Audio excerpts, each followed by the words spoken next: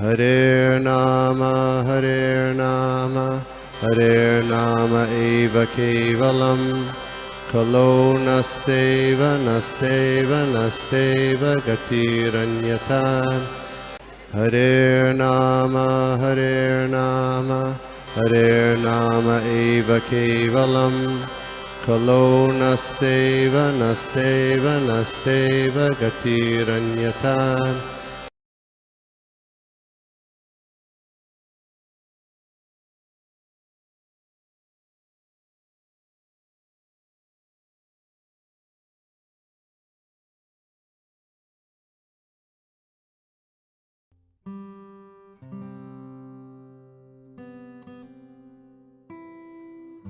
ॐ अज्ञानतिमिरान्धस्य ज्ञानाञ्जनशलाकया चक्षुरुन्मिलितं येन तस्मै श्रीगुरुवे नमः।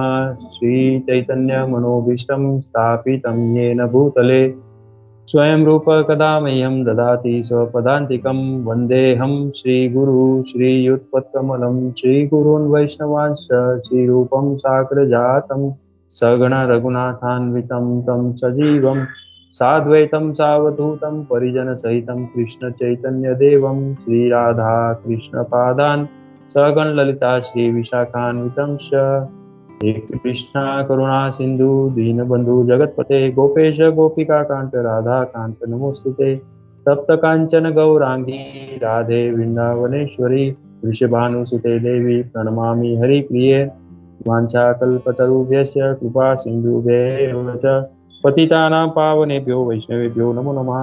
नमो विष्णुपादाय कृष्णप्रेष्ठाय भूतले श्रीमते भक्तिवेदांत स्वामी नामिने नमस्ते सरस्वते देवी गौरवाणी प्रचारिणे निर्विशेष शून्यवादी पाश्चात्य देशतारिणे जय श्री कृष्ण चैतन्य प्रभु नित्यानंद श्री अद्वैत गदाधर श्रीवासादि गौर भक्तवृंद हरे कृष्णा कृष्णा कृष्णा हरे हरे हरे राम राम राम हरे हरे हरे कृष्णा कृष्णा कृष्णा हरे हरे हरे राम राम हरे हरे हरे कृष्णा कृष्णा कृष्णा हरे हरे हरे राम राम राम हरे हरे।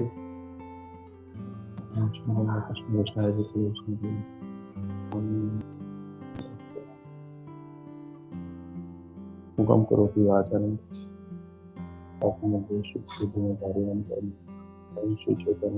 पठन् स्मृते यतीन्द्रस्तनं सुखं भवेत् विस्मृतिं विपरीतं स्यात् श्रीचैतन्यं नमामि तम्।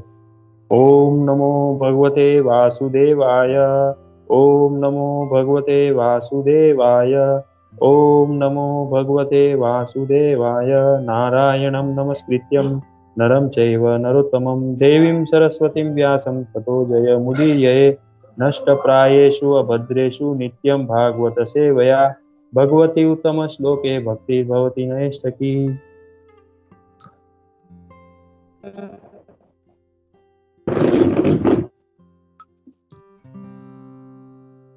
हरे कृष्णा। श्रीमद् भागवतम स्कंद 2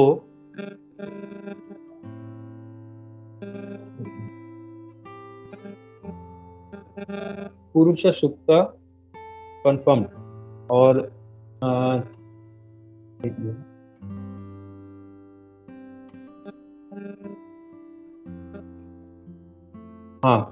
श्रीमद् भागवतम स्कंद 2 ब्रह्मांड की अभिव्यक्ति और अध्याय नंबर 6 है पुरुष सूक्त की पुष्टि और आज की श्लोक संख्या है 38 नंबर। आइए हम श्लोक उच्चारण करने का प्रयास करते हैं। यस्यावतार कर्माणि गायन्ति हि अस्माद् आदयः नयं विदन्ति तत्त्वेन तस्मै भगवते नमः। यस्यावतार कर्माणि गायन्ति हि अस्माद् आदयः नायं विदन्ति तत्त्वेन तस्मै भगवते नमः। अनुवाद और तात्पर्य डिवाइन ग्रेस एसी भक्तिवेदांत स्वामी श्रील प्रभुपाद जी के द्वारा। जय श्रील प्रभुपाद। श्रील प्रभुपाद जी बता रहे हैं अनुवाद में, हम उन पूर्ण पुरुषोत्तम भगवान को सादर प्रणाम करते हैं जिनके अवतारों का अवतारों तथा कार्यकलापों का गायन हमारे द्वारा उनके महिमा मंडन के लिए किया जाता है। यद्यपि वे अपने यथार्थ रूप में बड़ी कठिनाई से ही जाने जा सकते हैं। तात्पर्य। जय श्रील प्रभुपाद। यहाँ कहा जाता है कि भगवान के दिव्य नाम रूप गुण लीलाओं साज सामान व्यक्तित्व आदि की अनुभूति संभवतः स्थूल भौतिकवादी इंद्रियों द्वारा नहीं की जा सकती, किंतु जब इंद्रियों को श्रवण कीर्तन स्मरण तथा श्री विग्रह के चरण कमलों की पूजा आदि की प्रक्रिया के द्वारा शुद्ध कर लिया जाता है, तो भगवान भक्तिमय सेवा की गुणवत्ता के अनुसार अपने आप को प्रकट करते हैं। ये यथा माम प्रपद्यन्ते। मनुष्य को चाहिए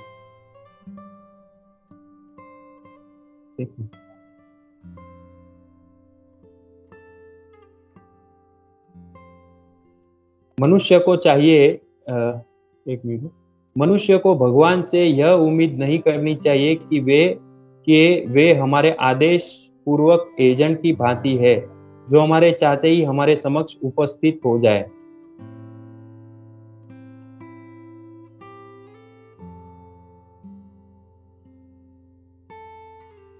हमें ब्रह्मा, नारद तथा अन्य आधिकारिक शिष्य परंपरा के हमारे पूर्वगामियों द्वारा दिखलाए गए पथ का अनुगमन करते हुए निर्दिष्ट भक्ति कार्यों को संपन्न करने के लिए तत्पर रहना चाहिए।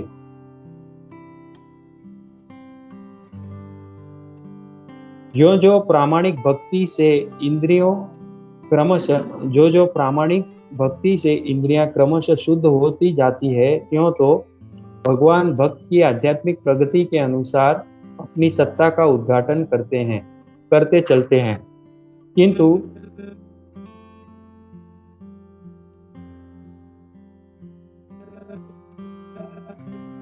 किंतु जो भक्ति संप्रदाय में नहीं आया है, वह केवल आकलनों और दार्शनिक अनुमानों से उनकी अनुभूति नहीं कर सकता।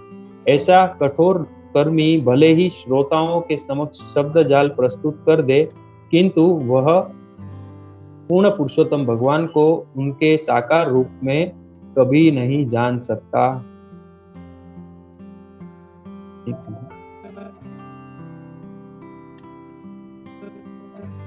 भगवान ने भगवत गीता में स्पष्ट कहा है कि कोई भी उन्हें केवल भक्ति के द्वारा जान सकता है। कोई भी व्यक्ति किसी आडंबरपूर्ण भौतिक चुनौती के द्वारा भगवान को नहीं जान सकता, लेकिन विनीत भक्त अपने सच्चे भक्ति कार्यों से भगवान को प्रसन्न कर सकता है।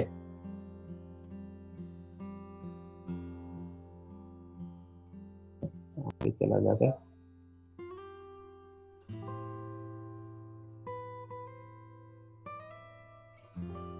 इस तरह भगवान भक्त के समक्ष एक अनुपात में ही प्रकट होते हैं। अतएव ब्रह्मा जी प्रामाणिक गुरु के रूप में सादर नमस्कार करते हैं और हमें भी श्रवण तथा कीर्तन की विधि का अनुसरण करने का उपदेश देते हैं। केवल इसी विधि से या भगवान के अवतार के कार्यकलापों की महिमा के श्रवण तथा कीर्तन से मनुष्य अपने अंतःकरण में भगवान की सत्ता का दर्शन कर सकता है। इस विषय पर श्रीमद् भागवत के प्रथम स्कंद में निम्नलिखित श्लोक के प्रसंग पर हम पहले ही व्याख्या कर चुके हैं। तच्छ्रद्धाना मुनयो ज्ञान वैराग्य युक्तया पश्यन्त्यात्मानि चात्मनः भक्त्या श्रुत गृहीतया।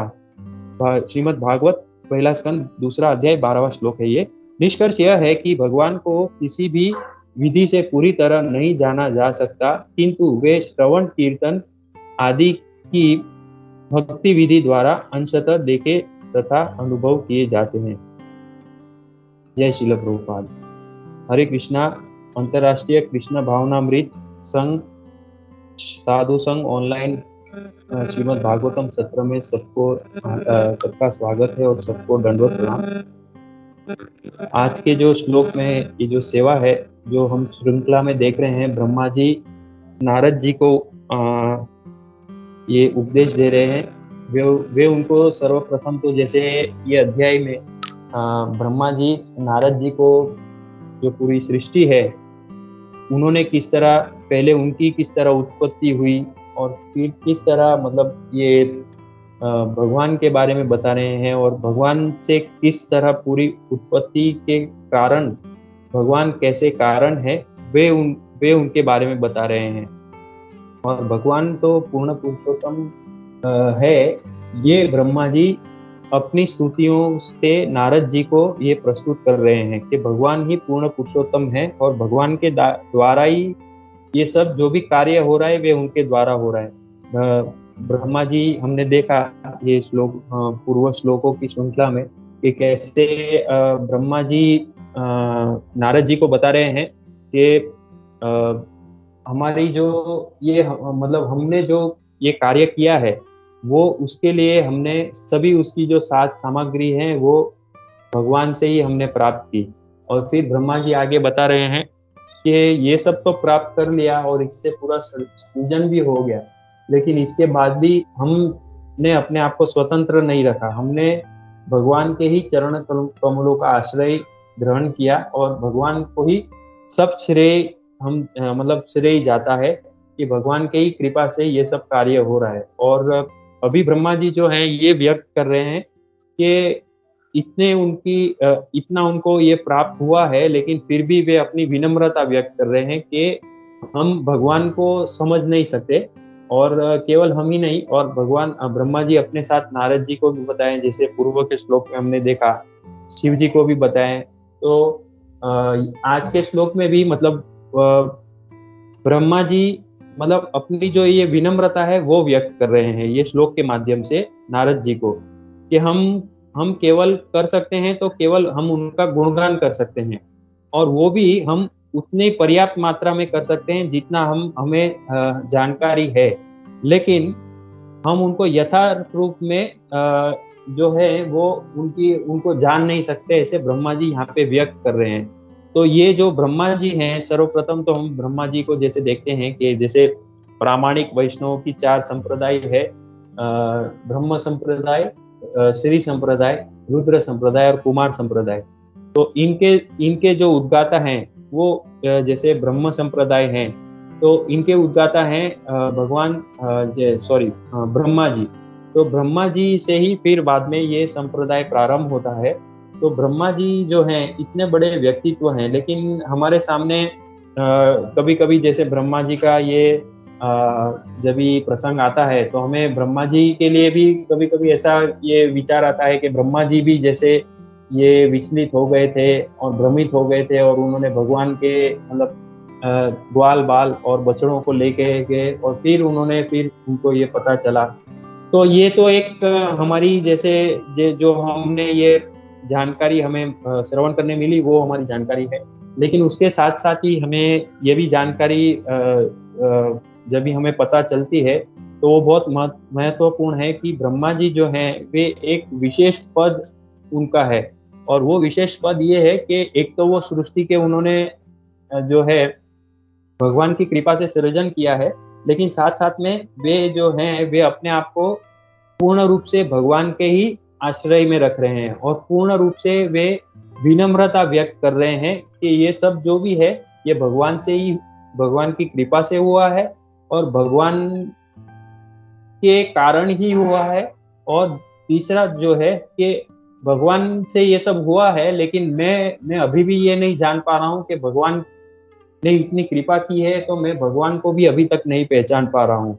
मैं जो भी मेरी शक्तियां हैं उससे ये उससे जितनी सीमित शक्तियां हैं उससे मैं जितना कर सकता हूँ उतना मैं कर पा रहा हूँ, लेकिन भगवान जो है वो असीमित है। जैसे ये आकाश का भी उदाहरण मिलता है कि जैसे आकाश असीमित है, वैसा भगवान की भी ये कृपा जो है वो बहुत असीमित है, भगवान की शक्तियां जो है वो असीमित है। तो यहाँ पे जो है ये हमें एक आदर्श जो व्यक्तित्व होते हैं, जैसे जीवन में कई सारे लोग एक आदर्श व्यक्ति का वो जीवन चरित्र देखते हैं और उनकी तरह फिर अपना जीवन जीने का प्रयत्न करते हैं। तो हम भी जैसे ये ब्रह्मा जी जो हैं वो जो सर्वप्रथम है जीव, और वे जो ये ब्रह्म मध्व गौड़ीय संप्रदाय में हम रह के चैतन्य महाप्रभु श्रील प्रभुपाद जी की कृपा आश्रय में हम ये प्रयास कर रहे हैं भक्ति करने का, साधु संग करने का, और ये जो ज्ञान हमें प्राप्त हो रहा है, उनके उद्गाता ब्रह्मा जी ये हमारे सामने एक बहुत बड़ा आदर्श रख रहे हैं कि चाहे कितनी भी बड़ी शक्तियां हमें हो, चाहे हमने कितनी भी बड़ी उपलब्धियां प्राप्त कर ली हो, लेकिन फिर भी हमारा जो भाव है वो भाव हमारा विनम्र ऐसा ही व्यक्त होना चाहिए कि ये हमने नहीं किया, ये हमें हमारे जो पूर्वज हैं, हमारे गुरु हैं, वैष्णव हैं, बाद में हमारे जो ये भगवान है चैतन्य महाप्रभु श्री कृष्णा, तो सभी की कृपा से ये हमें प्राप्त हुआ है और यही कृपा से हम ये कार्य कर पा रहे हैं। और मैं ये नहीं जान सकता कि उनकी कृपा कितनी है, मेरी जितनी योग्यता है उससे ज्यादा उनकी कृपा है, इसके कारण ही जो ये मेरा कार्य है ये पूर्ण हो रहा है। तो ऐसा ये ब्रह्मा जी हमारे सामने ये बहुत बड़ा एक आदर्श व्यक्तित्व रख रहे हैं, ये श्लोक के माध्यम से नारद जी को बता रहे हैं। और फिर यहाँ पे एक अनुवाद में आता है कि let us offer our respectful obeisances unto that supreme personality of God है। तो यहाँ से मतलब एक बार ये गुरु महाराज परम पूज्य जयप्रताप स्वामी महाराज जी प्रवचन कर रहे थे, तो वहाँ पे मतलब कई भक्त शिष्य लोग ऐसे गुरु महाराज को बताते हैं, गुरु महाराज please accept my humble obeisances, गुरु महाराज मेरा जो है विनम्र प्रणाम आप ग्रहण कीजिए। तो गुरु महाराज ने तो ग्रहण किया, लेकिन साथ साथ में उन्होंने ये भी बताया कि जब हम जो हमारे वरिष्ठ होते हैं या आचार्य गण होते हैं, जैसे श्रील प्रभुपाद जी है या अन्य जो आचार्य गण है, जब भी हम उनको प्रणाम करते हैं तो उनको प्रणाम करने की भी विधि ये है कि please accept my respectful obeisances, मतलब हम उनको प्रणाम कर रहे हैं यानी हम उनको आदर पूर्वक प्रणाम कर रहे हैं, ऐसा उन्होंने एक एटिकेट हमें समझाया। तो ये जो यहाँ पे भी ब्रह्मा जी जो हैं ये भी देखिए वो ब्रह्मा जी भी भगवान श्री कृष्ण को मतलब ऐसा नहीं कि हाँ हम उनको विनम्र प्रणाम कर रहे हैं या हम उनको सिर्फ याद करने के लिए प्रणाम कर रहे हैं, ऐसा नहीं, हम उनको आदर पूर्वक प्रणाम कर रहे हैं। तो ये भी ब्रह्मा जी जो हैं ये इसमें बता रहे हैं। आइए अभी हम तात्पर्य के माध्यम से थोड़ा समझने का प्रयास करते हैं। ये जो तात्पर्य है, ये तात्पर्य में एक बहुत ही महत्वपूर्ण यहाँ पे प्रभुपाद जी एक के बाद एक बहुत सारी महत्वपूर्ण सूचनाएं और उपदेश भी देते हैं यहाँ पे।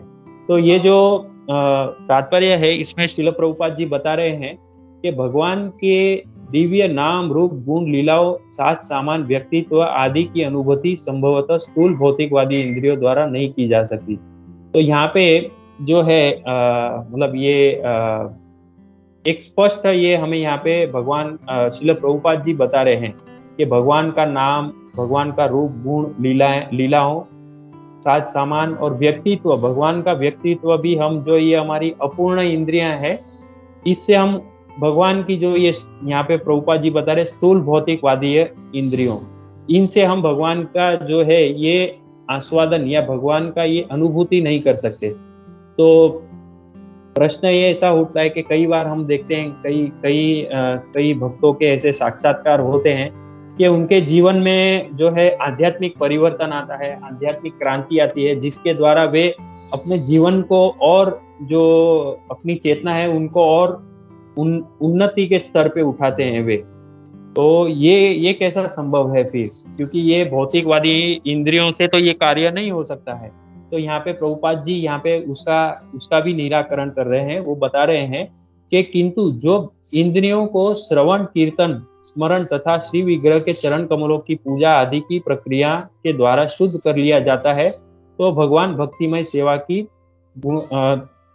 कर लिया जाता है। तो यहाँ पे जो है ये जो प्रभुपाद जी जो एक हमारे लिए एक तरह से ये उपदेश भी दे रहे हैं कि हम जब भी श्रवण करते हैं, कीर्तन करते हैं और भगवान का स्मरण करते हैं, भगवान की कथाओं का श्रवण, और जो हमारे घर पे श्री विग्रह हैं या भगवान के जो ये चित्र भी हैं, तो उनकी भी हम जो उनके चरण कमलों की पूजा करते हैं। जैसे अभी ये चंदन यात्रा चल रही है, तो कई भक्त को भी हमने देखा है और हम भी करते हैं ऐसा कि ऐसे चंदन घिस के फिर वो तुलसी जी का एक पत्ता वो उसमें चंदन से लगा के भगवान के चरणों में अर्पित करते हैं। तो ये ऐसे देखने जाए तो बहुत ही ऐसे छोटी सेवा है, इसमें ज्यादा से ज्यादा 5 से 10 मिनट जाएगी, लेकिन ये सेवा करने से भी हमारी जो ये भगवान के प्रति जो शरणागति है, और जो भगवान की जो यहाँ पे भी बता रहे श्री विग्रह की सेवा, मतलब वो जो हम ये थोड़ी भी सेवा करेंगे तो इससे क्या है, यहाँ पे आगे बताते हैं प्रभुपाद जी, तो भगवान भक्तिमय सेवा की गुणवत्ता के अनुसार अपने आप को प्रकट करते हैं, ये यथा माम प्रपद्यन्ते।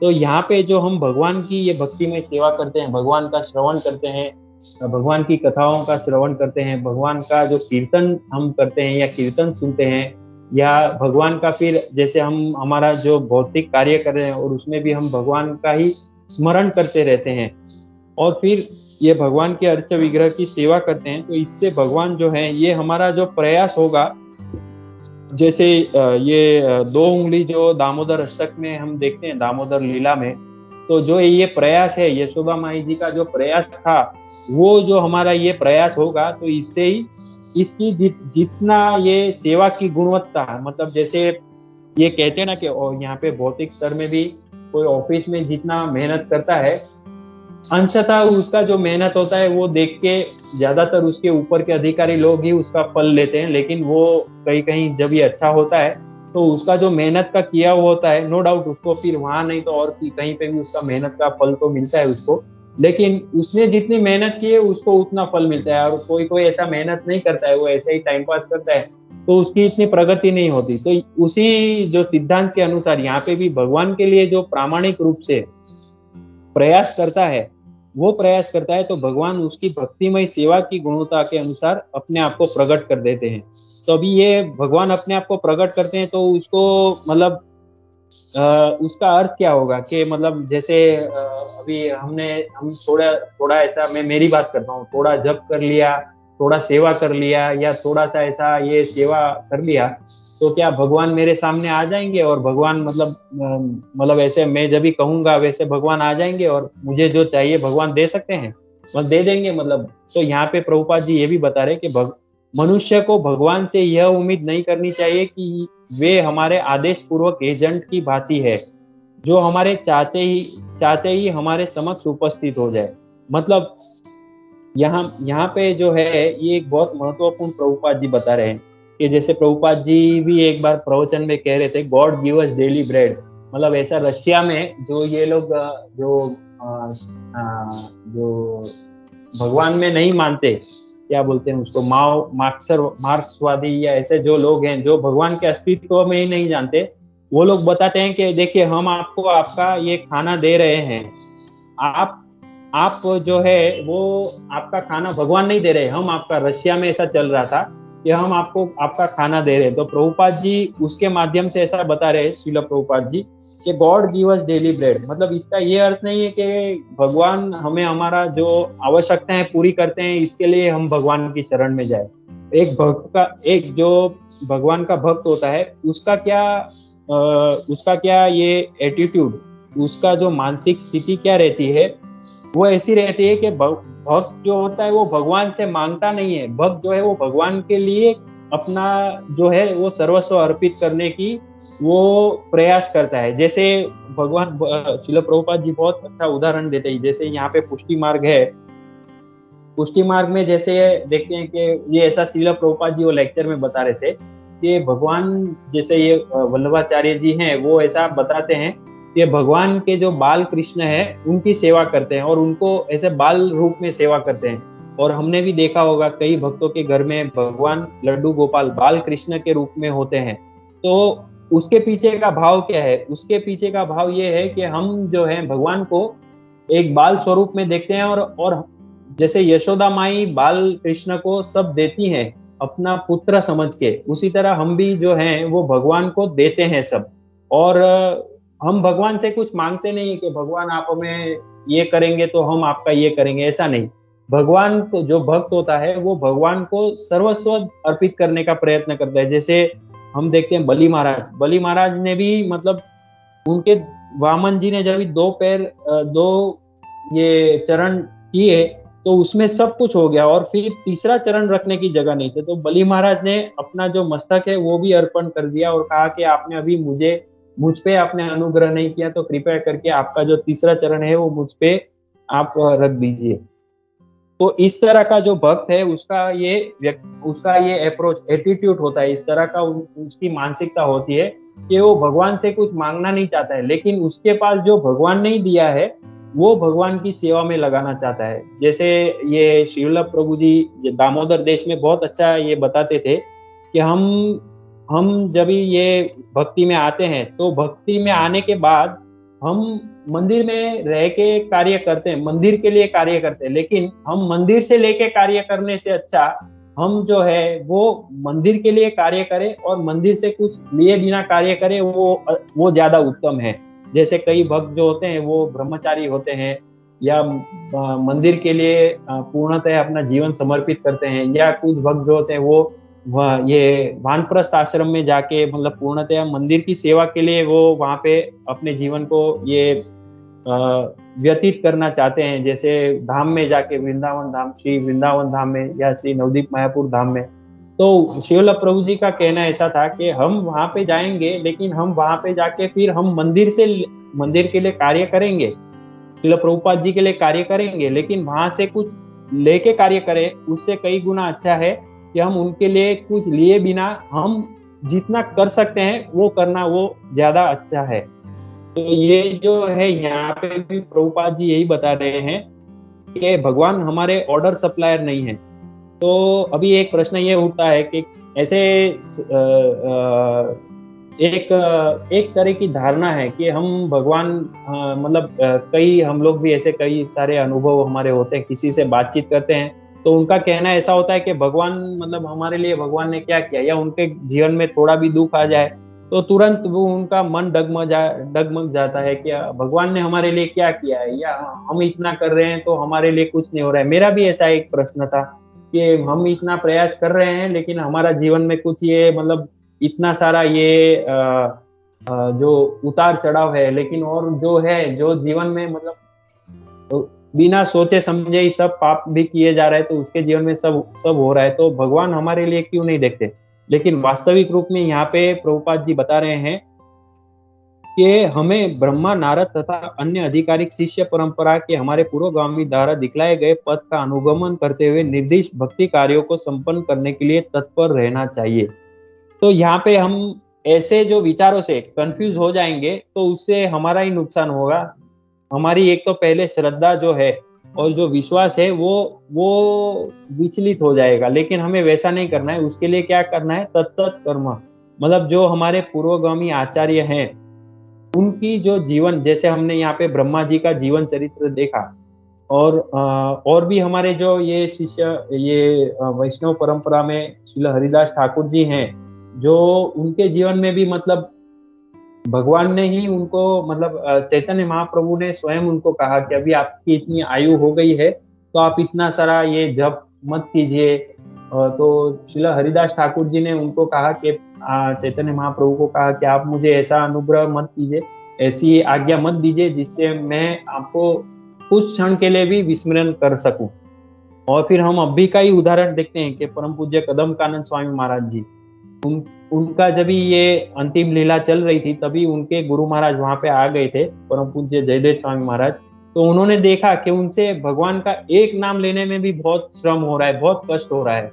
तो उन्होंने उनको पूछा कि यदि आपको इतना श्रम हो रहा है, कष्ट हो रहा है, तो आप 16 माला नहीं भी कर पाए तो भी ठीक रहेगा, चलेगा ऐसा।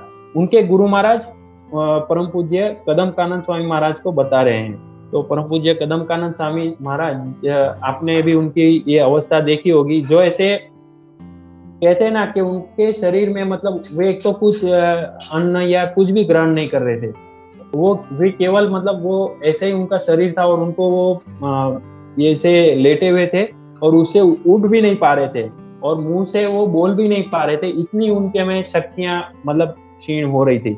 तो उस अवस्था में भी वे जो है वो 16 माला करते थे और वो माला करने में भी उनका समय इतना जाता था। तो ये सब श्रम कष्ट देख के उनको उनके गुरु महाराज परम पूज्य जयदेव स्वामी महाराज जी बाद में जब उनका ये वे उनका ग्लोरिफिकेशन कर रहे थे तभी बता रहे थे और उनके आंखों में अश्रु भी आ गया। देखिए ये शिष्य को देख के गुरु महाराज के आंखों में अश्रु आ गया। तो उन्होंने बताया ना जब कि आप ऐसा हो सके तो चलेगा, आप 16 माला मत कीजिए। तो परम पूज्य कदम कानन स्वामी महाराज ने उनको विनती की कि कि गुरु महाराज आप मुझे ऐसी आज्ञा प्लीज मत दीजिए, ये कार्य मुझे बहुत अच्छा लगता है और मैं ये कार्य करना चाहता हूँ, आप मुझे प्लीज ऐसी आज्ञा मत दीजिए। मतलब इतनी ऐसी अवस्था में भी जो है वे अपनी जो यहाँ पे जो तत्पर रहना चाहिए, तत्पर रहने की बता रहे हैं। तो वो जो तत्परता है कि किसी भी अवस्था हो, लेकिन हमें जो है जो हमारे वैष्णव आचार्य शिक्षा गुरु हैं, दीक्षा गुरु हैं, और फिर जो भी आचार्य गण हैं या जो भी ये भक्त हैं या आचार्य गण हैं, उनका जो हमें निर्देशन या उनको देख के हमें जो प्रेरणा मिलती है, वो यदि हम तत्परता से उनके जैसा कार्य करने का हम प्रयत्न करें, उनका अनुकरण नहीं, अनुसरण मतलब उनके जैसे करने का हम इमिटेशन नहीं कर सकते, लेकिन हम जो है हमारे जीवन में प्रामाणिकता से प्रयत्न करेंगे तो अवश्य एक ना एक दिन भगवान जो है यहाँ पे बताते हैं, भक्तिमय सेवा की गुणवत्ता के अनुसार भगवान अपने आप को प्रकट करते हैं। तो वैसे भगवान अपने आप को प्रकट कर देते हैं। तो इसमें एक है ना, मुझे एक जो परम पूज्य गुरु महाराज जी का एक प्रवचन था, वो नित्यानंद प्रभु जी के बारे में बता रहे थे कि नित्यानंद प्रभु जी एक बार लीला कर रहे थे यहाँ पे नवद्वीप धाम में। वहाँ पे वे किसी एक भक्त के घर में रुके हुए थे नित्यानंद प्रभु, और वहाँ पे स्वाभाविक वे जब भी रुकते हैं वहाँ पे तो वहाँ पे सभी भक्त गण आ जाते हैं और वहाँ पे कीर्तन और सब होता है। तो कीर्तन और वो सब हो रहा था, लेकिन नित्यानंद प्रभु जी के जो ये दिव्य अंग था, उनके ऊपर बहुत सारे आभूषण थे, अलंकार थे। तो ये देख के एक जो ऐसे तो वो ब्राह्मण था, लेकिन वो कार्य से वो ये डाकू का काम कर रहा था, चोरी का काम कर रहा था। तो उसने जब ये देखा तो उनको लालच हो गई कि नित्यानंद प्रभु जी के पास बहुत सारे कीमती आभूषण हैं, ये हमें चुराने चाहिए। तो वे मतलब ये एक देवी का उपासक था, काली देवी का उपासक था। तो वो उसने अपनी बहुत सारे टीम को जमा किया और उसने बताया कि इनके पास बहुत सारे आभूषण हैं, ये आभूषण हम चुराएंगे। तो उन्होंने प्लान बनाया, फिर उन्होंने देखा कि ये यहाँ पे ये रहते हैं, तो हम रात्रि में जाके वहां पे जाके उनका ये चोरी करेंगे। तो वो रात्रि में फिर सो गए, तो सो ही गए, वे उठ ही नहीं पाए। फिर दूसरे दिन उठे तो अरे रात्रि तो हो गई और अभी हम कैसे उनको जाएं।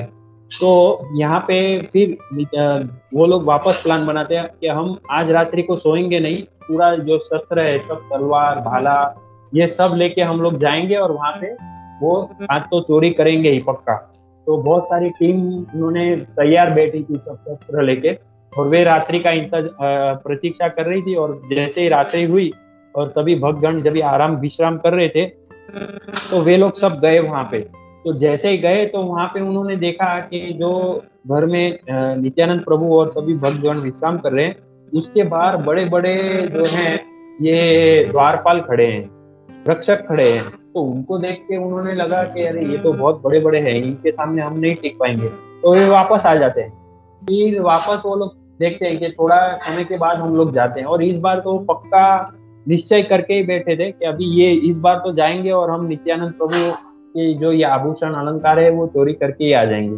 तो जैसे ही वो लोग निकलते हैं, वो उनका तीसरा प्रयास था, वो जैसे ही निकलते हैं तो उसमें इतनी सारी तूफान आंधी आती है, और कुछ जो डाकू लोग थे वो ऐसे रास्ते में गिर जाते हैं, और जहाँ पे गिरते हैं वो बहुत बड़ा खड्डा होता है, और वो खड्डे में ये जैसे ये बोलते हैं ना, ये जीवाणु इंसेक्ट रहते हैं जो उनको काटते हैं बहुत, और उनको बहुत श्रम होता है, और वो इतना भयावह श्रम होता है कि जिससे वो पूर्णतः घबरा जाते हैं। और उनको फिर तभी वो पता चलता है कि नित्यानंद प्रभु एक साधारण मनुष्य नहीं है। तो वे फिर जो है वे उनकी मति सही होती है, उनकी चेतना सही होती है, तो वे नित्यानंद प्रभु और सभी भक्तों के शरण में जाते हैं और उनको ऐसे कृपा प्राप्त होती है। तो ये जो यहाँ पे प्रभुपाद जी आगे एक बता रहे हैं कि जो प्रामाणिक भक्ति से इंद्रियां क्रमशः शुद्ध होती जाती है, त्यों तो भगवान भक्त की आध्यात्मिक प्रगति के अनुसार अपनी सत्ता का उद्घाटन करते चलते हैं। किंतु जो भक्ति संप्रदाय में नहीं आया, हाँ इसमें मैं आगे बाद में बताता हूँ, ये जो है, तो यहाँ पे ये जो हमने ये देखा कि नित्यानंद प्रभु जी के पास में वे जब वे जा रहे थे, तो उन्होंने मतलब उनको चोरी करने के लिए जा रहे थे, लेकिन जब भी वास्तविक अनुभव हुआ और उन्होंने जब भी भगवान की शरणागति ली, तो नित्यानंद प्रभु जी ने भी उनको ये अपना लिया। उन्होंने ये भी प्रयत्न किया, देवी को भी ये मतलब प्रार्थना की कि हमें इनका ये लूट करनी है, तो आप हमें कृपा करिए। लेकिन ये सब होने के बाद भी वे नित्यानंद प्रभु जी को ऐसे वो कुछ नुकसान नहीं कर पाए, लेकिन वे उनकी शरणागत हो गए और उनका भी जीवन परिवर्तन हो गया। तो यहाँ पे प्रभुपाद जी आगे बताते हैं, समय भी ज्यादा हो गया, मैं फटाफट जाता हूँ। वे केवल हाँ, ये भी पॉइंट जो है वो बहुत महत्वपूर्ण बताते हैं प्रभुपाद जी। किंतु जो भक्ति संप्रदाय में नहीं आया, वह केवल आकलनों और दार्शनिक अनुमानों से उनकी अनुभूति नहीं कर सकता। ऐसा कठोर कर्मी भले ही श्रोताओं को के समक्ष शब्द जाल प्रस्तुत कर दे, किंतु वह पूर्ण पुरुषोत्तम भगवान को उनके साकार रूप में कभी नहीं जान सकता। ये जो है ये बहुत ही महत्वपूर्ण यहाँ पे आदेश है प्रभुपाद जी का, कि हम देखते हैं कि आजकल कई सारे लोग भगवान के बारे में अपना जो कथन करते हैं, और एक मिनट,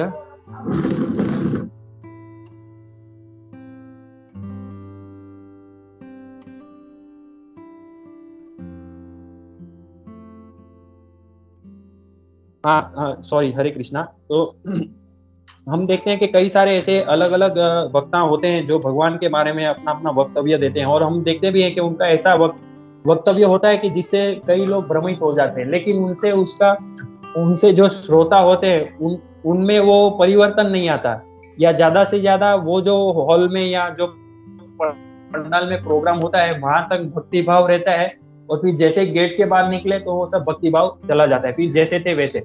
लेकिन हम देखते हैं, हम जब इस्कॉन में आते हैं, यहाँ पे श्रीमद् भागवतम का जो शुद्ध भक्त है उनसे श्रवण करते हैं कुछ भी, तो वो हमारे हृदय को स्पर्श करता है, और वो इतना स्पर्श कर जाता है कि वो हमारे जीवन में एक जो आध्यात्मिक क्रांति या आध्यात्मिक परिवर्तन लाता है, और वो ये मतलब धीरे धीरे हमें ये आध्यात्मिक मार्ग पे आगे बढ़ाता है। तो ये यहाँ पे बता रहे हैं कि ये जो लोग हैं, ये भले ही कितना कुछ दार्शनिक अनुमान लगा ले, या केवल आकलनों कर ले, या वे मतलब शब्द जाल से मतलब ऐसा अच्छा वक्ता भी कर रहे, लेकिन उनके जीवन में ही परिवर्तन नहीं आया है, तो वो दूसरों के जीवन में परिवर्तन नहीं ला सकता। इसके लिए हमें जो है प्रामाणिक संप्रदाय के स्रोत से जो भी हमें भगवान के बारे में श्रवण करने मिलता है, वो हमें प्रामाणिक संप्रदाय के स्रोत से ही श्रवण करना चाहिए। अब यहाँ पे बताते हैं कि भगवान जो है वो भक्ति के द्वारा ही जाने जा सकते हैं। तो यहाँ पे भी हम देखते हैं कि जो चतुर्श्लोकी भगवत गीता है, तेषा मनोकंपा अहम सर्वस्य प्रभो मत्तः सर्वं प्रवर्तते इति मत्वा भजन्ते मां बुधा भाव समन्विता मच्चिता मद्गता प्राणा बोधयन्तं परस्परं कथयन्तश्च मानित्यं तुष्यन्ति च रमन्ति च तेषां ततदयुक्तानां भजतां प्रीतिपूर्वकं ददामि बुद्धियोगं तं येन मामुपयान्ति ते तेषामेवानुकंपार्थम अहम अज्ञानजं तम नाशयामि आत्मभावस्तो ज्ञानदीपेन भास्वता।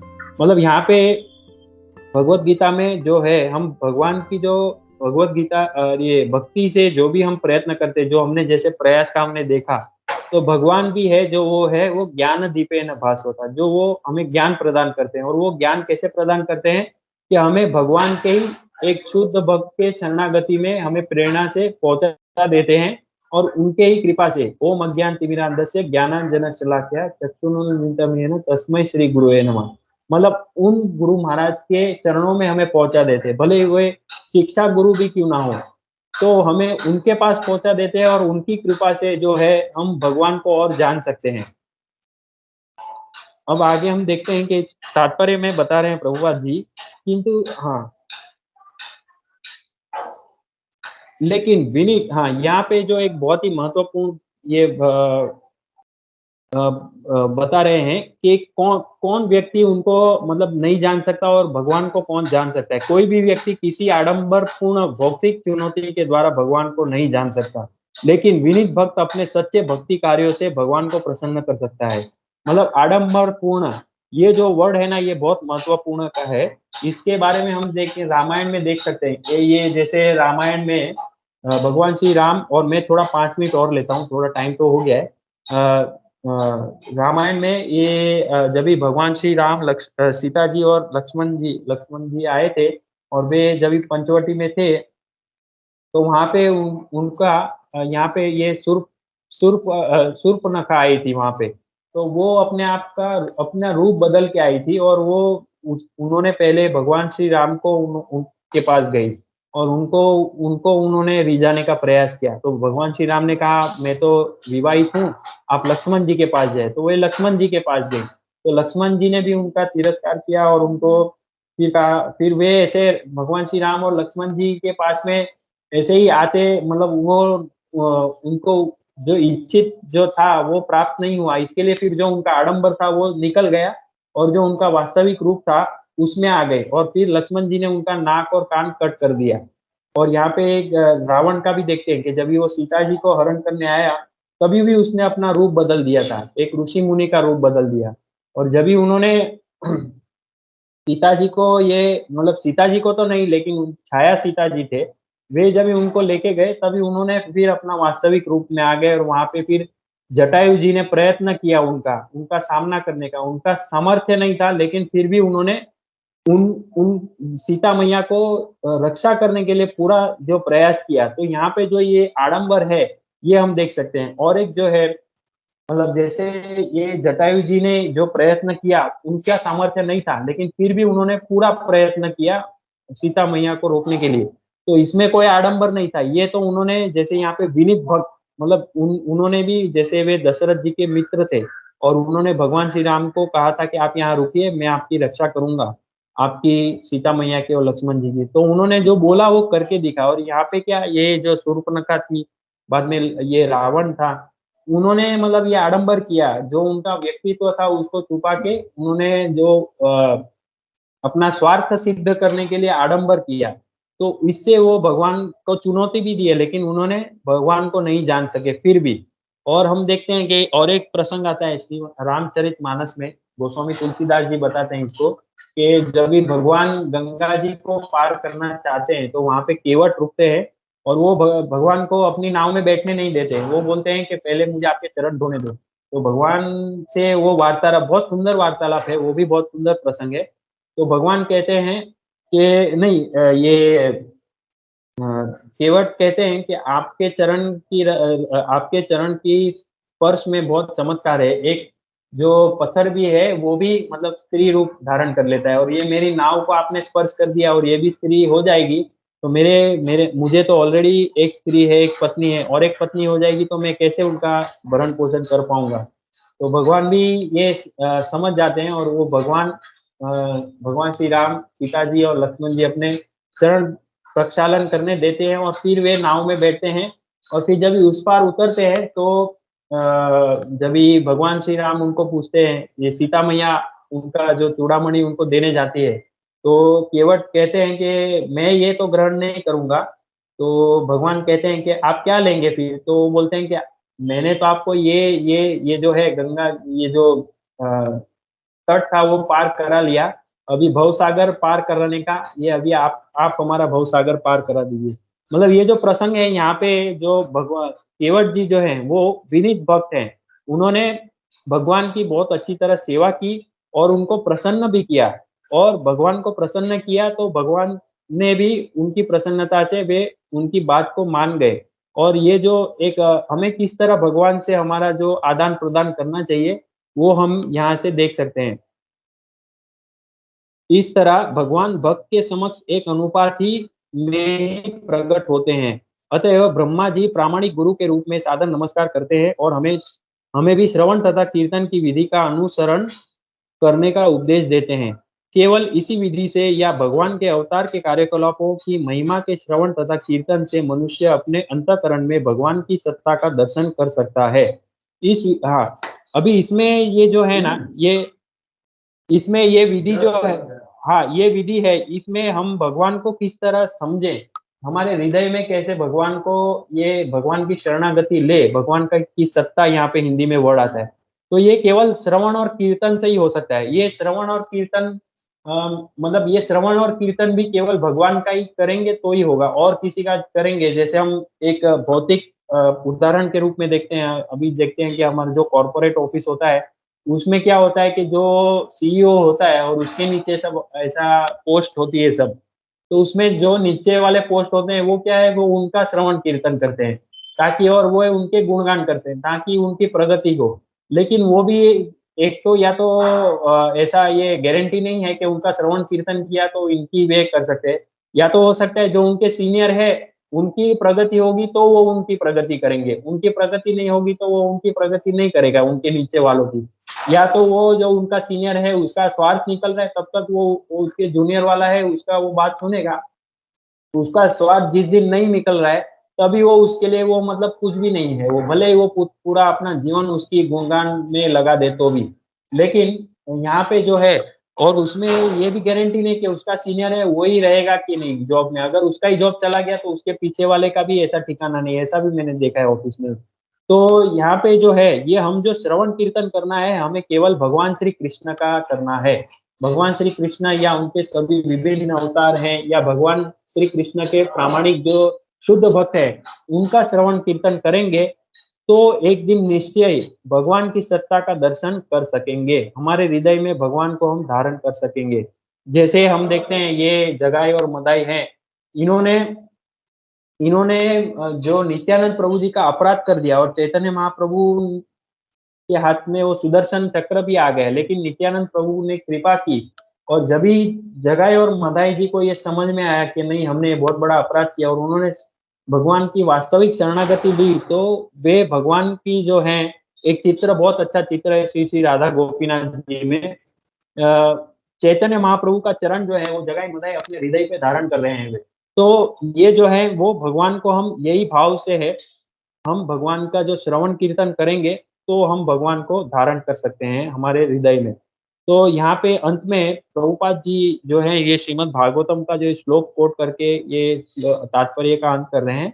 निष्कर्ष यह है कि भगवान को किसी भी विधि से पूरी तरह नहीं जाना जा सकता, किंतु वे श्रवण कीर्तन आदि की भक्ति विधि द्वारा अंशतः देखे तथा अनुभव किए जा सकते हैं। मतलब हम हमें यदि भगवान को देखना है या भगवान का अनुभव करना है तो केवल और केवल श्रवण और कीर्तन की विधि से किया जा सकता है और किसी विधि से नहीं। यहाँ पे जैसे कहते हैं कि हम आप इतना ध्यान करेंगे तो हम आपको भगवान का दर्शन करा देंगे, ये सब विधि मतलब ये कलयुग के लिए अनुकूल विधि नहीं है। ये कलयुग के लिए अनुकूल विधि है केवल भगवान का नाम और भगवान का श्रवण, भगवान की कथा नाम रूप गुण लीला आदि का हम श्रवण करें और उनका कीर्तन करें। भगवान का नाम हरे कृष्णा कृष्णा कृष्णा हरे हरे, हरे राम राम राम हरे हरे, इनका हम जब कीर्तन या जप करेंगे तब जाके हमारा जो एक दिन निश्चय ही हम भगवान का ये जो आत्म साक्षात्कार है हम हमारे हृदय में भगवान का दर्शन कर पाएंगे। और हम जो भी सेवा का प्रयत्न करेंगे, भगवान की भक्ति करने का प्रयत्न करेंगे, अवश्य भगवान उसको स्वीकार करेंगे और उसके अनुसार भगवान अपने आप को प्रकट करेंगे। हरे कृष्णा, दंडवत प्रणाम। क्षमा चाहता हूँ मैंने थोड़ा समय ज्यादा ले लिया। हरे कृष्णा। शिल प्रभुपाद जी की जय। वांछा कल्पतरुभ्यश्च कृपा सिंधु पतितानां पावनेभ्यो वैष्णवेभ्यो नमो नमः। हरे कृष्णा, दंडवत प्रणाम सभी को।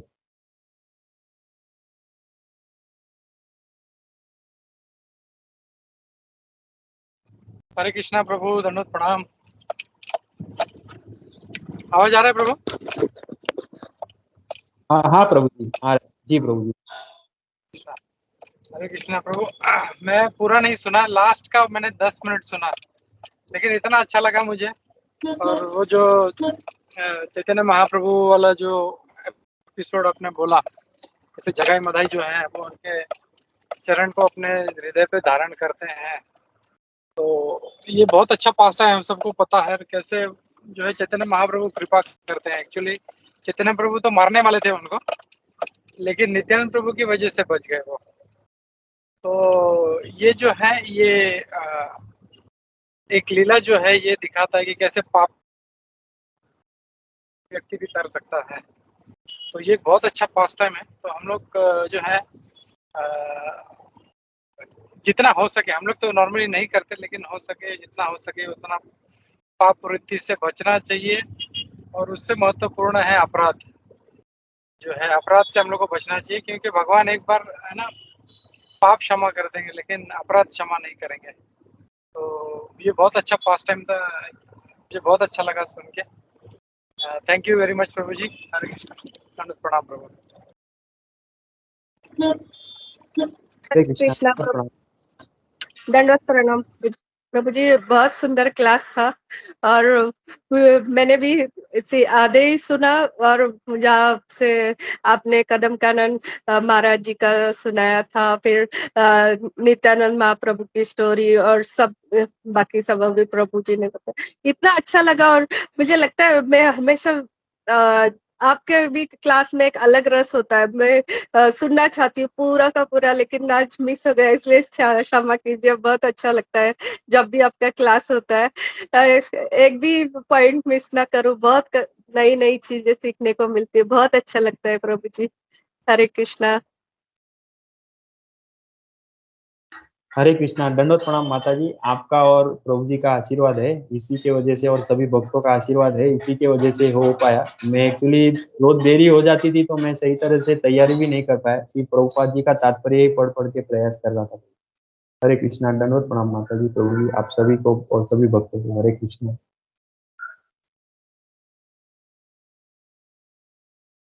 हरे कृष्णा प्रभु जी, दंडवत प्रणाम। जीवन गौर प्रभु जी, बहुत बढ़िया क्लास था। और जैसे कुंजेश्वरी माता जी ने बताया कि वो एक अलग अलग आपसे नए नए सीखने को मिलते हैं, अच्छा लगता है, बहुत बढ़िया लगता है। और नित्यानंद प्रभु जी की वो जो स्टोरी आपने बताई वो अच्छी लगी, एक्चुअली मैंने नहीं सुनी थी ये, बहुत अच्छा लगा। थैंक यू वेरी मच प्रभु जी, ऐसे क्लास देते रहिए। हरे कृष्णा, दंडवत प्रणाम प्रभु जी। हरे कृष्णा, दंडवत प्रणाम सनातन प्रभु जी। ये एक्चुअली क्लास, ये जो स्टोरी थी, ये परम पूज्य गुरु महाराज जयपताका स्वामी महाराज जी के क्लास से श्रवण करने मिला था। और वो मतलब उन्होंने तो बहुत विस्तार से, बहुत अच्छी तरह 3-4 सेशन में उन्होंने क्लास लिए हैं, लेकिन मैंने शॉर्ट में और ऐसा उसमें पता दिया, क्षमा चाहता हूँ। लेकिन मतलब बहुत अच्छा उन्होंने ये बता रहे थे नित्यानंद प्रभु का और ये पास टाइम, तो उसी से मुझे ये पता चला और वही शेयर करने का प्रयास किया। हरे कृष्णा।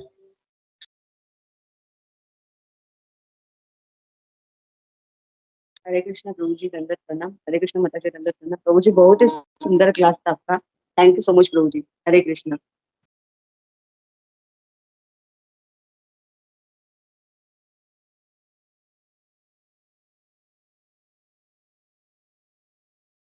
हरे कृष्ण। हरे कृष्णा। हरे कृष्णा प्रभु जी, दंडवत प्रणाम प्रभु। बहुत ही सुंदर क्लास था और बहुत ही अच्छे अच्छे प्रैक्टिकल पॉइंट्स भी आपने इस लेक्चर में आज के शेयर की थे। और प्रभु जी, जैसे आपने इसमें तात्पर्य में शायद पढ़ा था कि जैसे जो भी आजकल के आधुनिक मतलब जितने भी लोग हैं, केवल मात्र आडंबर के माध्यम से भगवान को वे नहीं जान सकते।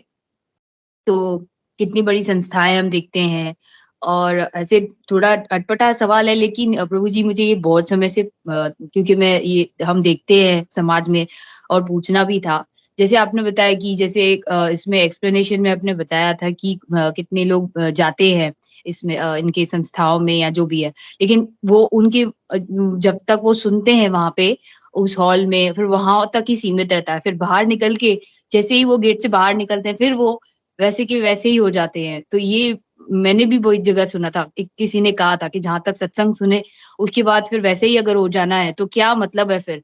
तो प्रभु जी हम देखते हैं कई लोग यहाँ पे जब हम आते हैं, मतलब जैसे गुजरात में कैसे हम देखते हैं कि जय स्वामी नारायण, जय श्री कृष्णा। लेकिन अगर वही चीज मतलब जैसे हम देखते हैं ना, कई बार ये भी एक से कहावत आती है कि मुंह में राम बगल में छुरी।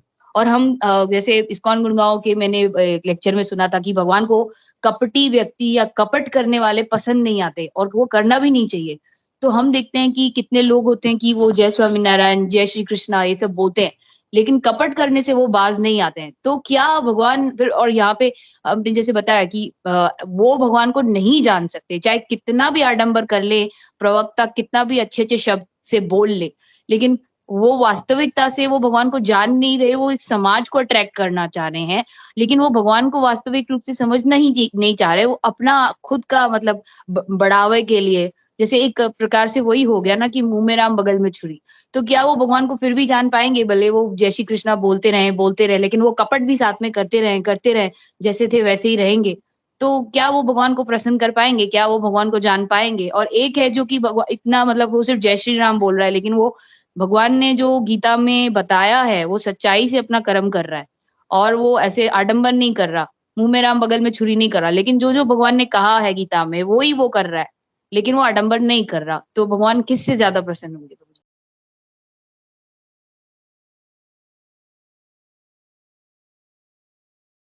प्रभु जी म्यूट पे हैं।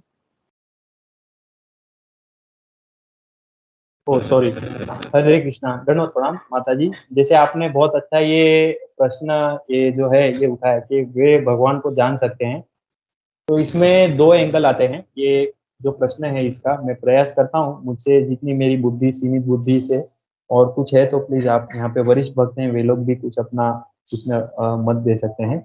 एक है जो पहला जो एंगल है, मतलब दो ये देखने के, ये जो प्रश्न है उसके दो तरीके से हम देख सकते हैं। पहला जो है तरीका वो एक यहाँ पे परम पूज्य जयप्रकाश स्वामी गुरु महाराज जी का एक मैसेज था, वो मैं रीड करता हूँ। जब कोई भगवान के नाम का जप करता है तो वह स्नान के समान होता है। यह एक शुद्धिकरण की तरह है, जैसे जल प्रपात में खड़े होने का उल्लेख है।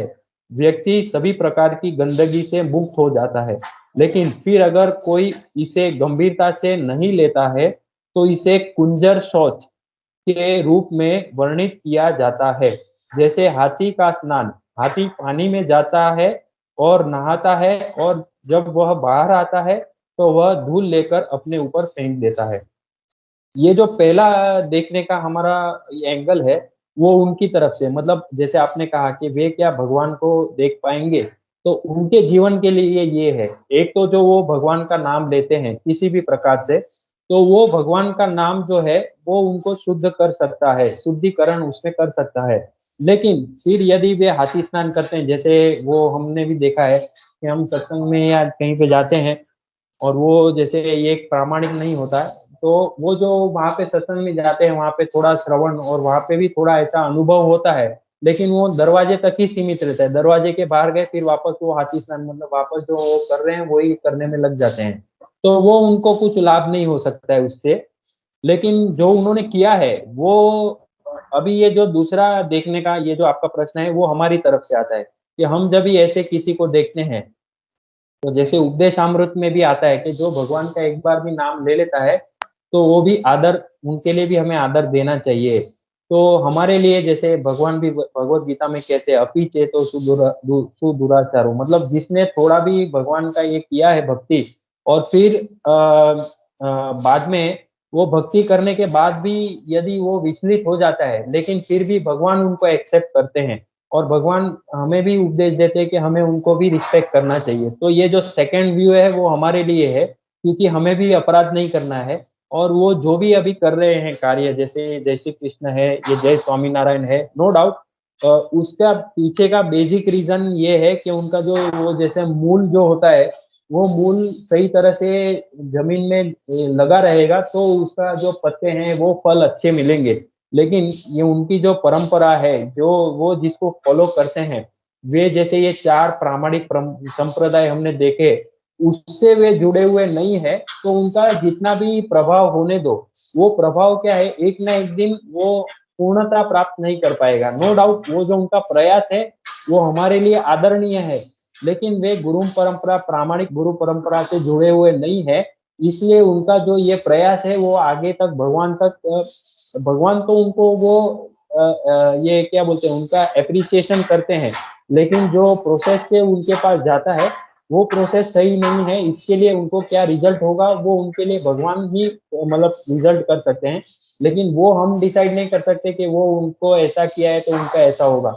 और सेकंड जो पॉइंट है कि हमारे लिए एक तो हम उनका जज करके हम ऑफेंस नहीं कर सकते, और दूसरा एक अपने ऊपर भी ये एग्जाम ये आता है क्या बोलते हैं ये एक्यूजेशन या ब्लेमिंग आता है। ये मेरा भी अनुभव हुआ, कई लोग मुझे भी ऐसे कपटी बोलते हैं या फिर दिखावा करते हैं, ऐसा माला लेके घूमते हो तो ऐसा करते हो, लेकिन आपका स्वभाव तो ऐसा है। लेकिन ये जो हमारे जीवन में जब भी हम ये सत्संग में जाते हैं और वहां पे जो हमें समझने सीखने मिलता है और जो भी हम हमारे हृदय में वो स्पर्श कर जाती है बात, तो वो बात को हम पकड़ के रखते हैं और वो जीवन में हम अपना जीवन में उसका पालन करने का प्रयास करते हैं। तो धीरे धीरे क्रमशः क्या है, हमारे जीवन में भी वो आध्यात्मिक क्रांति, आध्यात्मिक उन्नति आती है।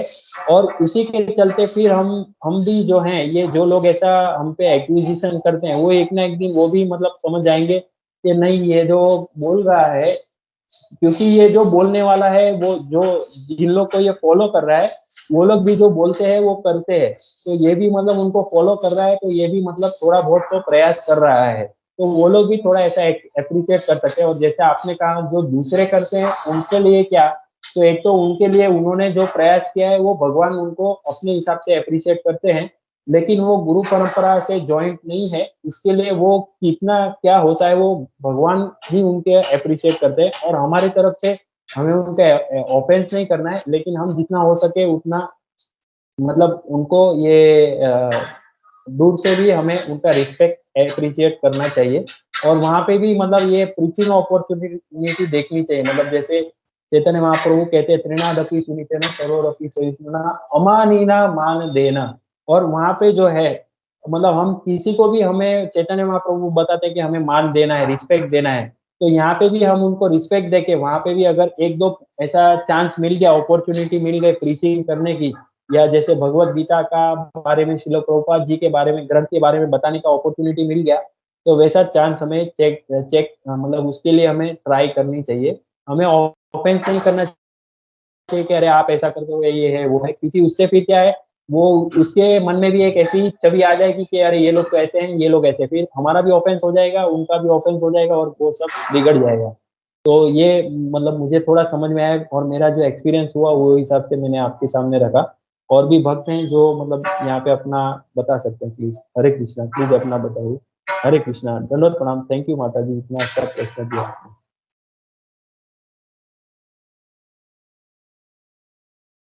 हरे कृष्णा प्रभु जी, थैंक यू प्रभु जी, आपने बहुत अच्छे से प्रभु जी इसको समझाया। प्रभु जी, यहाँ पे कुछ दिन पहले मतलब इस्कॉन अहमदाबाद में जब भी हमें वो 10 अपराध के बारे में उन्होंने बताया था कि 10 अपराध कौन से जिस जिस बुक में लिखा हुआ था कि वो, तो माता जी ने वो 10 अपराध पढ़े थे और उनमें से एक अपराध मुझे पता चला जो मुझे पहले पता नहीं था, तो मैं शेयर करना चाहूंगी। एक अपराध ये भी है कि जो भगवान नाम के मतलब जो भगवान नाम के उसमें रुचि नहीं रखता, उसको भगवान नाम प्रचार करना। मतलब जिसको भगवान नाम में इंटरेस्ट नहीं है सुनने सुनने में, और वो भगवान पे उसका विश्वास ही नहीं है, या एक प्रकार से नास्तिक है या जो भी है मतलब, लेकिन उसको हम फिर भी जब प्रचार करते जाते हैं, तो वो भी अपने आप में एक अपराध है। क्योंकि ये मेरे साथ एक बार अनइंटेंशनली अनजाने में हो चुका था कि क्योंकि हम इतना मतलब तत्पर रहते हैं प्रचार करने के लिए कि, और हम अपराध रहित भी प्रचार नहीं कर पाते, और हमें बाद में पता चलता कि ये एक अपराध था कि जिसको इंटरेस्ट नहीं था सुनने में, लेकिन फिर भी क्योंकि हमारे शिक्षा गुरुओं ने और हमारे सबसे हम सुनते हैं कि प्रचार करना चाहिए, तो हम मतलब बचपने में ऐसे भी कर देते हैं। तो पहले मुझे तब पता नहीं था कि जिसको इंटरेस्ट नहीं है, तो वो अगर उसको भी फिर भी हम प्रीच करते जाते हैं, तो वो कैसे अपराध हो जाता है, क्योंकि फिर वो भी चैलेंज करने लगते हैं भगवान की सत्ता को, और तो ये एक अपने आप में अपराध है, ये मुझे पता चला, तो मुझे ये शेयर करना था प्रभु जी। हरे कृष्ण। हरे कृष्णा जी माता जी, थैंक यू माता जी, बहुत अच्छा। ये भी पॉइंट जो 10 अपराध है उसमें से 8वां अपराध है, नहीं 7वां अपराध है, जिन मतलब अश्रद्धालु व्यक्ति को हरे कृष्ण महामंत्र की अगाढ़ महिमा का उपदेश देना, ये जो अपराध है। लेकिन यहाँ पे मतलब ऐसी अपॉर्चुनिटी अगर मिलती है, तो हम भले ही भगवान के नाम का उनको प्रचार ना करें, लेकिन जो भगवान ने जो उपदेश दिए हैं, जैसे भगवत गीता है, तो वो जो सिद्धांत है, जैसे एक दो सिद्धांत बहुत कॉमन सिद्धांत है, सभी यहाँ पे जो भी अलग अलग श्रद्धा के लोग हैं, उन सब में दो सिद्धांत कॉमन है। एक तो कर्म का सिद्धांत और दूसरा है आत्मा का सिद्धांत। ये कुछ ये जो श्रद्धा वाले लोग हैं, उनमें आत्मा का सिद्धांत वो लोग नहीं मानते, लेकिन फिर भी दो सिद्धांत तो कॉमन है सब में, कर्म का सिद्धांत और आत्मा का सिद्धांत। और ये सब लोग ने मतलब भगवत गीता से ही चुराया हुआ है, लेकिन हम ऐसा तो नहीं कह सकते। लेकिन हम जब भी हम भगवान के नाम का ये प्रचार नहीं कर सकते, अपराध हो सकता है। लेकिन ये जो 2 सिद्धांत है, ये सिद्धांत के माध्यम से हम उनको थोड़ा ये, और हिज ग्रेस राधे श्याम प्रभु जी बता रहे थे कि हम जब भी कभी ऐसा अनुभव हो कि हम किसी को बता रहे हैं, और जैसे कोई ऐसा, वो भी वे बता रहे थे कि अगर कोई डूब रहा है और आपको अगर तैरने नहीं आता और आप उसको बचाने जाते हैं, तो वो आपको भी डुबा देगा साथ में। तो उसके लिए, उससे अच्छा सबसे बेस्ट है कि आप एक वो झाड़ से रस्सी बांध के वो रस्सी लेके जाइए और वो उसको पकड़ा दीजिए, तो वो भी उससे बाहर आ सकता है। तो सबसे बेस्ट है कि मतलब ऐसा कोई अनुभव होता है तो उसमें हम इस्कॉन के मंदिर से उसको जोड़ने का प्रयास करें। तो क्या है कि वो उनके संपर्क में आके उनके जीवन में परिवर्तन आ सकता है। तो ऐसा वो प्रभु जी ने बताया। और भगवान, पवित्र भगवान नाम का जो ये प्रचार है, उसके पहले हम जो भगवान ने जो उपदेश दिए हुए सिद्धांत है, उसका भी हम अगर उनका परिचय कराएंगे सब लोगों से, तो क्या है, धीरे धीरे, या शिल प्रभुपाद जी के ग्रंथ है उसका भी हम परिचय कराएंगे, तो हो सकता है कि एक ना एक दिन उनके जीवन में भी ये आध्यात्मिक क्रांति आ सकती है। हरे कृष्णा माता जी, थैंक यू माता जी। सेकंड पॉइंट भी बहुत इंपॉर्टेंट था, आपने शेयर किया। धन्यवाद, प्रणाम माता जी। हरे कृष्णा प्रभु जी, हम बता सकते हैं उनको प्रभु जी ये स्लोली, वो पहले मतलब मैंने ऐसा किया था कि जो शिला प्रभुपाद के शिला प्रभुपाद की भगवत गीता और शिला प्रभुपाद के बुक्स की तरफ उनको उनको मतलब मोटिवेट कर सकते हैं प्रभु।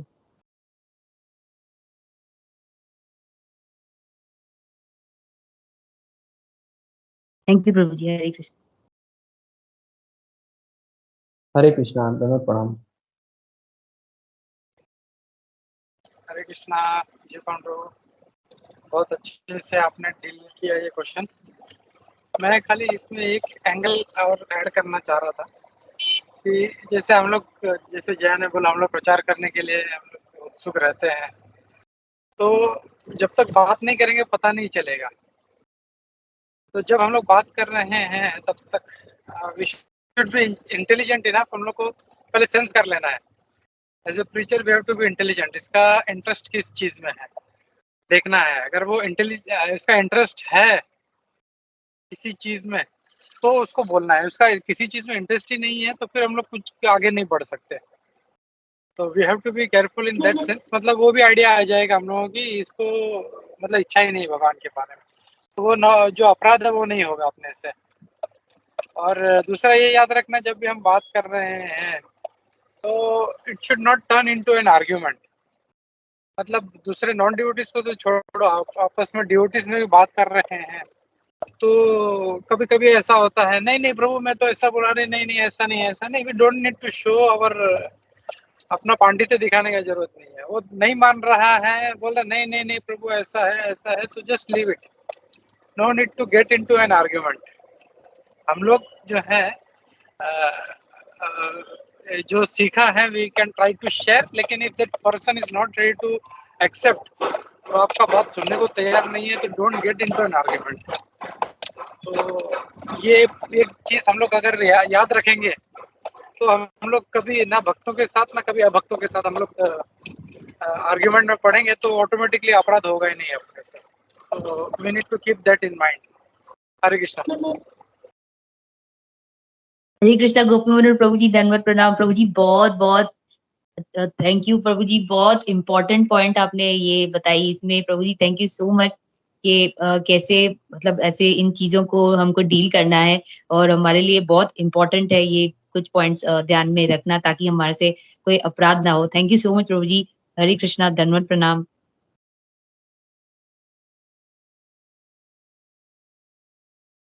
हरे कृष्णा। तो आज आपका सेशन बहुत ही इंटरेस्टिंग है। आई थिंक काफ़ी अच्छा क्वेश्चन आंसर चल रहा है। तो और किसी का कोई प्रश्न नहीं है तो हम लोग रुकते हैं और नरसिंह आरती लेते हैं। Still there is some questions we can take. Hare Krishna.